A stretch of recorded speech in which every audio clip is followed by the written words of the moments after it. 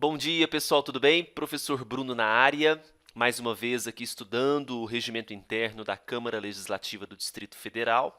Ontem eu havia anunciado para vocês que, além da nossa isolada, do regimento interno da Câmara Legislativa do Distrito Federal, nosso curso de 170 questões, nós lançamos um combo que contempla tanto o curso de questões do regimento da lei orgânica, mais Lei 8.112 para qualquer concurso que você for prestar, a Lei do Processo Administrativo Federal, a 9784, improbidade administrativa e Lei de licitações.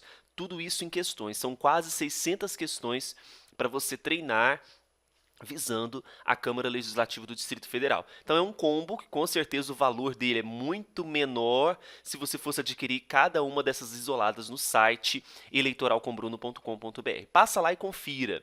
Bom, hoje nós vamos falar sobre a composição e a instalação das comissões permanentes, tá? Os artigos 59 ao 61.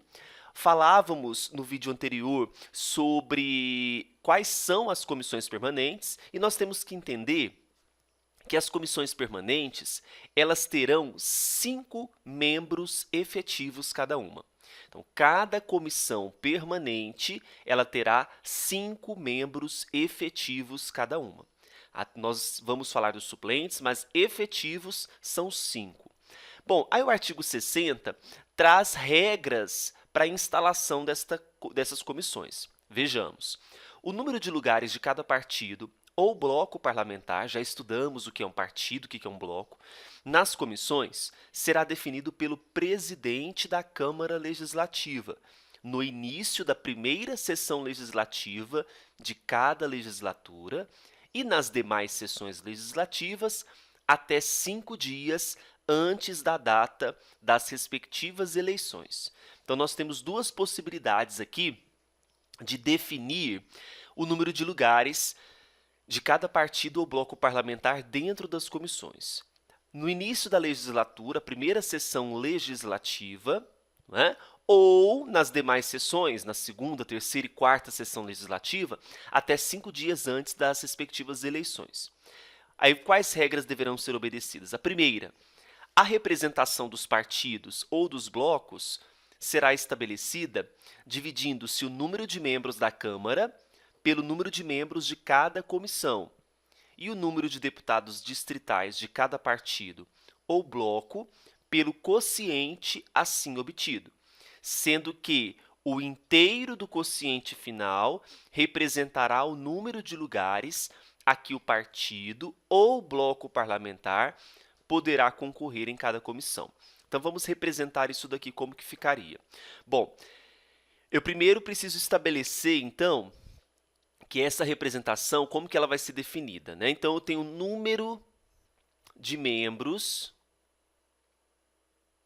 da Câmara Legislativa, o número total, e eu divido esse número de membros pelo número de membros de cada comissão. Então, divido o número de membros da Câmara Legislativa pelo número de membros de cada comissão. Então, número de membros de cada comissão, até porque cada comissão terá um número de membros, certo? Aí, veja, e o número de deputados distritais de cada partido ou bloco pelo quociente assim obtido. Então, esse número vai dar um quociente. Eu vou pegar, então, o número de membros de cada partido ou bloco parlamentar, vai depender se o partido formou um bloco ou não, dividido por esse quociente, que é um quociente de representação, vamos assim chamar. O número que der, vamos imaginar que dá 3,8. Eu tenho que considerar o número inteiro, é o que diz o inciso 1. O inteiro do quociente final representará o número de lugares a que o partido ou bloco poderá concorrer. Ok? Então, quanto maior o bloco, quanto maior o número de deputados possuindo um partido político, maior a oportunidade de preencher aquela comissão com maior número de membros. Então, essa é a intenção desses partidos ou blocos. 2. Os lugares que sobrarem, ou seja, remanescentes, serão fixados por escolha dos líderes pela seguinte ordem. da maior fração do quociente de proporcionalidade partidária para a menor, esse é o primeiro critério. Maior número de legislaturas das bancadas, obtido pela soma do número de legislaturas que cada integrante tiver. Suponhamos que nesse primeiro critério dê empate. Passamos para o segundo, que é o número maior de legislaturas. E da maior bancada para a menor. Esse é o último critério. Isso será utilizado para as vagas remanescentes. Muita atenção, tá? Então, o que sobrar para ser preenchido, obedecemos cada uma dessas regras de forma sucessiva. Tá? Então, não são todas. Primeiro a da linha A, e assim sucessivamente. 3. Os deputados distritais sem partido ou de partido político com representação unitária farão sua escolha para lugares que sobrarem após a escolha dos líderes, tendo preferência na opção o mais idoso entre os de maior número de legislaturas. Então, aqui é o último critério, né? Suponhamos que os líderes já fizeram todas as escolhas das vagas remanescentes e sobrou vaga. Aí entra em jogo quem? Os deputados distritais sem partido ou de partido político com representação unitária. Parágrafo 1º. Cada partido ou bloco terá em cada comissão tantos suplentes quantos forem os seus membros efetivos. Tá? Então, se eu tenho 4 membros efetivos, eu terei 4 suplentes. Quanto à substituição, nós estudaremos quando a gente estudar o artigo 81. Tá? Então, muita calma. As modificações numéricas que venham a ocorrer nas bancadas dos partidos ou blocos, que importem alteração de proporcionalidade partidária na composição das comissões, prevalecerão de imediato. Então, se houve alteração que provocou alteração na composição das comissões, de imediato, essas alterações serão prevalecidas. Tá? Então, houve alteração nas bancadas dos partidos ou blocos que foram muito úteis para o nosso cálculo de representação, essas alterações serão levadas em conta. Parágrafo 3º. Nenhum deputado pode fazer parte, como membro titular, de mais de 2 comissões permanentes, ressalvada a Comissão de Fiscalização, Governança, Transparência e Controle. Então, olha, 2 comissões permanentes ele pode fazer parte? Pode. Mais de 2? Não. Tem exceção? Tem. Se dentre uma dessas comissões for a Comissão de Fiscalização, Governança, Transparência e Controle, ela não conta. Então, poderia ainda ter mais 2. Essa não conta, ressalvada esta comissão. Parágrafo 4º. O presidente da Câmara Legislativa do Distrito Federal somente poderá integrar comissão temporária de representação.